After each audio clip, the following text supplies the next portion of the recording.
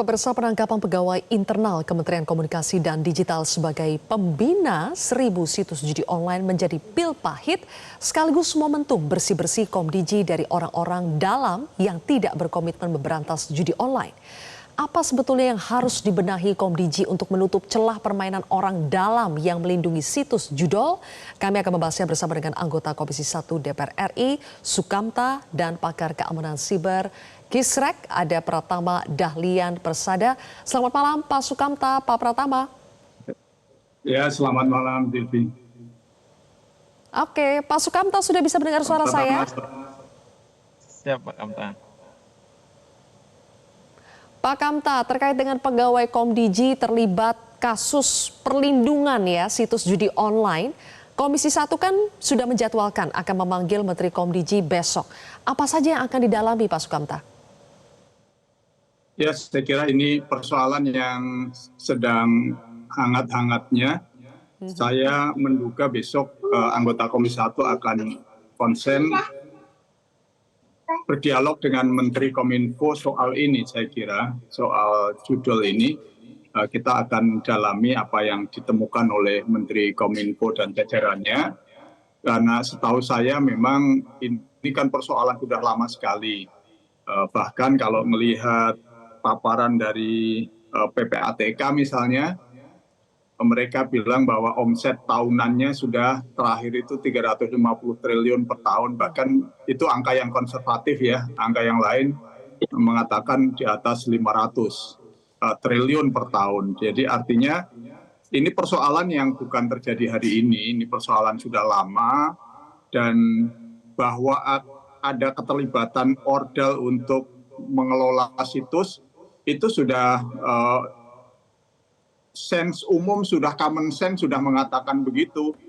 Cuman kita tidak punya fakta kuat saja bahwa seperti itu yang terjadi. Itu sebabnya nanti di dalam revisi Undang-Undang ITE, karena di Undang-Undang ITE itu ada larangan perjudian di pasal 27 ayat 2 ya. Nah, kita lakukan perubahan di pasal 40 ayat 2C dan 2D, yaitu memberi arahan, memberi senjata kepada pemerintah, dalam hal ini Kementerian Kominfo, untuk memberantas judul ini secara tuntas, tidak tanggung-tanggung, dan itu diberikan kewenangan kepada Menteri Kominfo untuk memberikan blocking ya, atau swasensor kepada PSE, penyelenggara sistem elektronik. Nah, sehingga tidak memerlukan perantara dari manusia untuk mencermati dua konten, yaitu perjudian dan pornografi.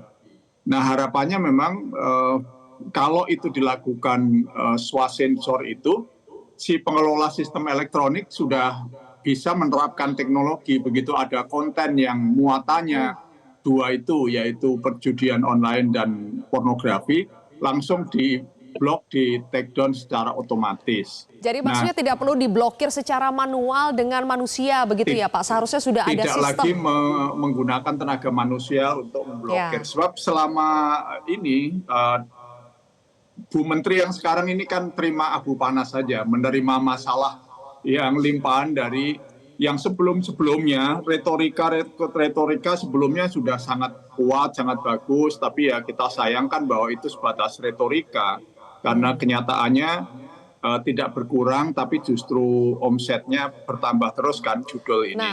Nah, Pak Sukamta, sebetulnya indikasi ada permainan orang dalam di waktu itu namanya masih Kominfo ya Pak. Apakah sebetulnya sudah tercium indikasi permainan orang dalam itu sejak dijabat oleh menteri sebelumnya? Sebelumnya ada Menteri Kominfo. Tetapi tidak punya fakta keras, tetapi common sense-nya begini. Kenapa kok sulit sekali diberantas? Saya pernah pertanyakan kepada Menteri Kominfo terdahulu ya. Waktu itu masih namanya Menkominfo. Saya tanyakan berapa usia situs judi online. Diberikan usia berapa rata-rata oleh Kominfo. Itu di dalam rapat remis saya tanyakan begitu. Jadi kalau ada situs itu kan didaftarkan tiap hari. Puluhan ribu, mungkin ratusan ribu angkanya ya Pak Pratama ya. ribuan situs didaftarkan untuk kepentingan judul. Nah, kalau 10.000 situs per hari itu kira-kira ada 3,6 juta situs. Waktu itu Menteri Kominfo bilang sudah memblokir 800.000. Artinya itu baru seperlima, 20% dari situs yang berjalan gitu loh. Nah, kalau sekarang dikatakan omsetnya puluhan miliar, sementara PPATK mengatakan 350 triliun, itu kan terlalu jauh jaraknya, diskrepensinya jaraknya terlalu jauh. Nah, jadi ketika satu situs diberi 350 triliun itu total ya dalam satu tahun, itu let's say satu hari 1 triliun ya omsetnya, kalau diberi umur 2 hari saja itu kan sudah 2 triliun. Kalau diberi umur seminggu, diberi umur tuh begini, hari ini didaftarkan, terus ketahuan dari petugas memberitahukan kepada PSE, itu kandungan judi loh, tolong diblokir.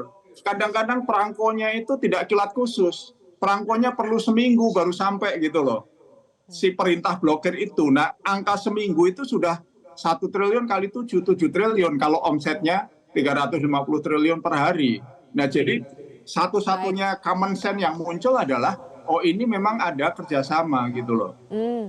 Oke, soal kerjasama ini Pak Sukamta, saya beralih dulu ke Pak Pratama. Pak Pratama, kalau indikasi permainan orang dalam itu sebetulnya sudah terendus sejak Kementerian Komdiji ini masih bernama Kominfo, apakah sebetulnya untuk membuktikan keterlibatan permainan orang dalam itu lebih sulit sehingga akhirnya baru terungkap sekarang? Ya sebenarnya enggak sih. Sebenarnya dari PPATK aja sudah ketahuan. Di PPATK tuh punya data 75.000 anggota TNI, Polri, ASN, bukan data agregat ya ini ya, by name by address gitu, sebagai pemain dan beberapa menjadi agen judi online. Sebenarnya itu tinggal diciduk gitu, datanya udah ada. Nah kemudian kalau masalah sistem untuk blokir, ini kan Komdigi punya alat namanya AIS, bisa melakukan crawling website mana yang dijadikan untuk judi online. Dan itu mereka memiliki kemampuan untuk melakukan blokir gitu. Yang jadi masalah adalah ternyata sistem ini bisa dipakai di luar, bisa diremote di luar gitu. Sehingga dibuatlah tuh kantor satelit di Bekasi yang dia bisa milih-milih mana yang mau diblokir, mana yang nggak bisa diblokir gitu. Tetapi sebenarnya ini Bu Menteri Komdigi gitu, ini sangat concern sekali gitu, dan beliau bilang bahwa ya udah hajar habis. Kebetulan tadi siang saya baru ketemu sama beliau gitu, kita berdiskusi dan beliau bilang memang harus disikat habis ini gitu. Nah ada beberapa hal yang tadi sempat kita sampaikan, bagaimana supaya judi online ini benar-benar bisa di stop. Yang jadi masalah itu sebenarnya bukan dari sisi teknologi Mbak Sylvia, tapi dari sisi niat gitu. Karena dari awal kita sudah tahu bahwa nggak mungkin judi online ini bisa jalan begitu lamanya, begitu banyak uang yang beredar. Tadi Pak Sukamta bilang 350 triliun setahun gitu. Kalau nggak ada yang melindungi, orang secara teknologi gampang kok, ngeblokirnya gampang. Yang diblokir jangan seperti yang sekarang dilakukan oleh Komdigi gitu. Yang diblokir itu bukan landing page, yang diblokir itu server untuk permainan gamenya, yang itu nggak banyak sebenarnya, itu nggak diblokir. Kita tahu bahwa rekening bank itu yang digunakan untuk judi online, pasti bank itu tahu, patternnya itu jelas, nggak mungkin kalau nggak tahu. Perusahaan dompet digital pasti tahu, tinggal diblokir. Tapi ternyata kepentok undang-undang perbankan nggak diblokir gitu. PPATK sudah tahu semuanya data-datanya, bukan hanya data agregat, sampai data penampungan uang level tier ke-7, di mana uang yang halal itu bercampur dengan uang yang haram gitu, itu sudah ketemu perusahaannya, by name by address, masuk di dalam luar negeri, tinggal diambil, nggak dilakukan juga. Nah ini kan sudah jelas sebenarnya indikasi-indikasi seperti itu bahwa ini pasti ada permainan, dan ternyata kemarin terbukalah mata masyarakat Indonesia, benar terjadi. Ternyata wasitnya ikut menjadi pemain, ya akhirnya jadi bermasalah gitu, ya kan? Nah ini yang sebenarnya tidak boleh terjadi kalau ternyata kita memang niat. Kenapa? Karena tidak susah memberantas judi online ini. Di mana susahnya? Dari sisi teknologi memblokir servernya nggak susah. Ketika pengguna VPN memblokir VPN nggak susah. Ketika mereka menyembunyikan sistemnya nggak susah juga. Kita bisa juga seolah-olah menjadi player gitu, judi online gitu. Kita bisa tahu ketika ada perubahan server, pasti dikasih tahu oleh customer service-nya. Jadi nggak ada susah-susahnya sama sekali. Oke, seharusnya tidak susah sama Di mana sekali ya. Oke, kalau begitu juga Pak bingung Pratama, Pak jawabnya Sukamta, gitu. Ini masalahnya seharusnya kok fakta ini kayaknya susah banget menjadi membuka judi momentum untuk online, bersih-bersih padahal nih bagi nggak ada Komdiji. susah-susahnya secara teknologi Ya, itu. Semuanya bersih-bersih yang ketahuan harus gitu. Ini dilakukan yang sekarang mungkin untuk perlu dicari Komdiji nih Pak Sukamta nih, perlu harus mulai dari mencari mana? nih biar Seperti kayak apa yang Komisi harus 1. dilakukan oleh Komdiji? Nanti kita akan bahas lebih jauh lagi Pak Sukamta dan juga Pak Pratama. Tapi usai jeda tetaplah bersama kami pemirsa di Metro TV. Terus bergerak, kita belum bisa sebutkan siapa-siapanya karena memang sedang berjalan. Namun sesuai dengan arahan Presiden bahwa tindak tegas siapapun, jangan sampai rakyat jadi korban, dan kemudian kita harus potong mata rantainya. Oleh karena itu tentu kami akan bekerja keras bersama-sama dengan teman-teman dari PPATK, dengan OJK, sehingga seluruh aliran dana, seluruh alat bayar digunakan, dan jaringan yang ada bisa kita urai satu persatu. Oke, tadi pesan dari Kapolri bahwa mereka berkomitmen untuk bisa memutus mata rantai judi online yang ada di Indonesia. Pak Sukamta, kita sudah mendengar ada 16 orang yang jadi tersangka, 12 diantaranya adalah pegawai Komdiji. Tapi kita belum tahu dengan pasti level pegawai Komdiji ini masing-masing statusnya apa di Komdiji. Menurut Anda apakah aktor intelektualnya sudah tersentuh hukum, Pak Sukamta? Iya, saya kira itu jadi PR petugas hukum ya, petugas keamanan untuk mengungkap. Kalau melihat dari volume omset yang terjadi, kerumitan jaringan yang dibangun, kan ini saya menduga banyak mendengar ini kan melibatkan banyak aktor yang juga di luar negeri servernya, mungkin juga bandarnya. Saya kira ini semua perlu diusut tuntas, dikupas, kemudian mudah-mudahan yang diuntungkan adalah bangsa Indonesia secara keseluruhan. Karena kalau hanya yang diburu hanya petugas tukang blokir, itu artinya kan kayak petugas lapangan sekali.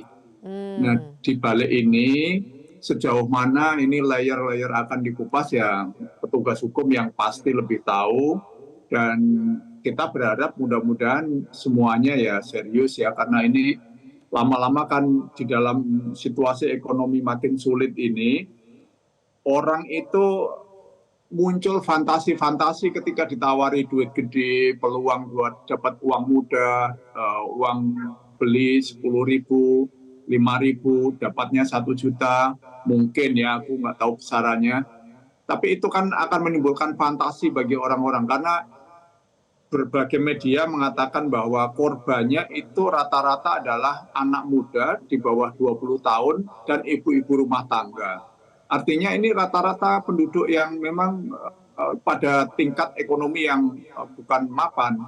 Kalau di tempat judi di luar negeri, di Monaco atau di Las Vegas, itu kan kasino-kasino ya orang-orang kaya yang ada di sana. Lah kalau judul ini sasarannya fakir miskin, orang-orang yang kesulitan secara ekonomi tapi dapat fantasi, kemudian dibelilah judi online.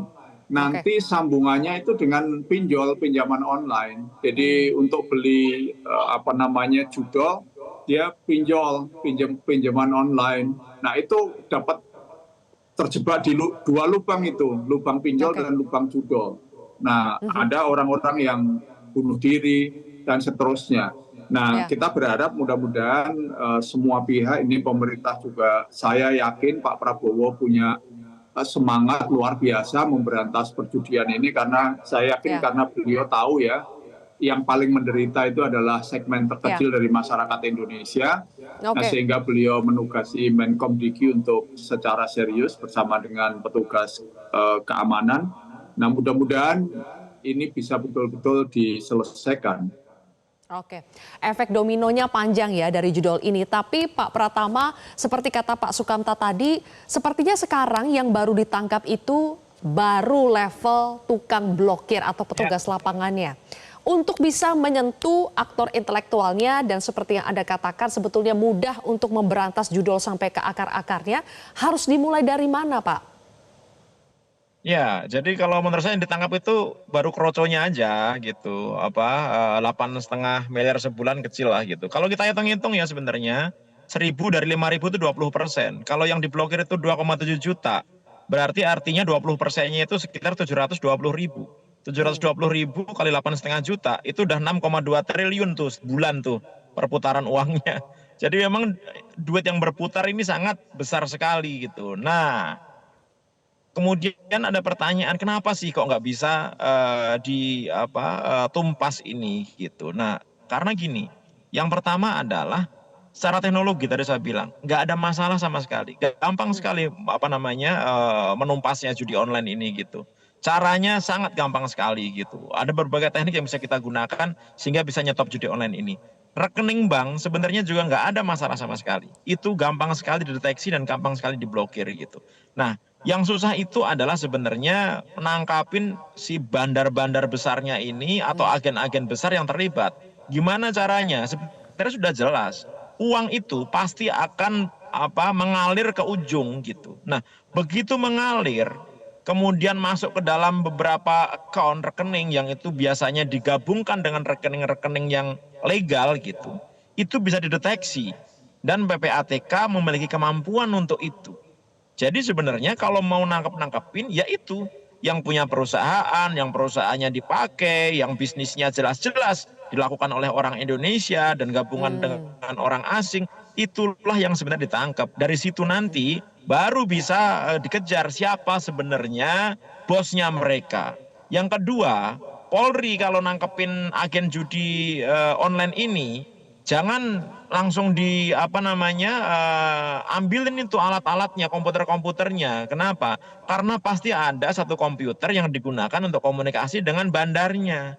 Jadi itu bisa dilakukan digital forensik gitu.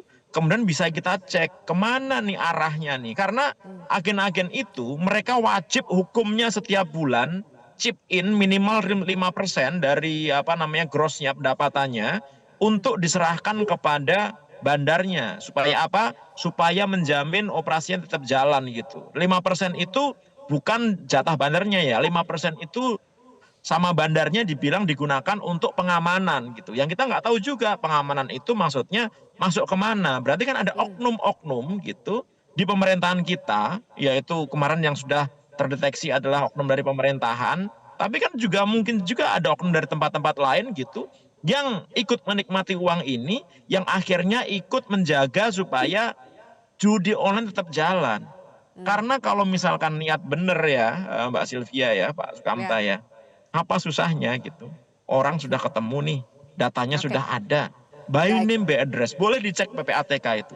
By name, by address gitu. Tinggal diambil. Tapi ternyata tidak dilakukan. Dan PPATK itu bahkan mereka berkolaborasi dengan PPATK sejenis di luar negeri untuk bekerja sama ngecek rekening-rekening yang digunakan untuk penampungan duit judi online-nya Indonesia.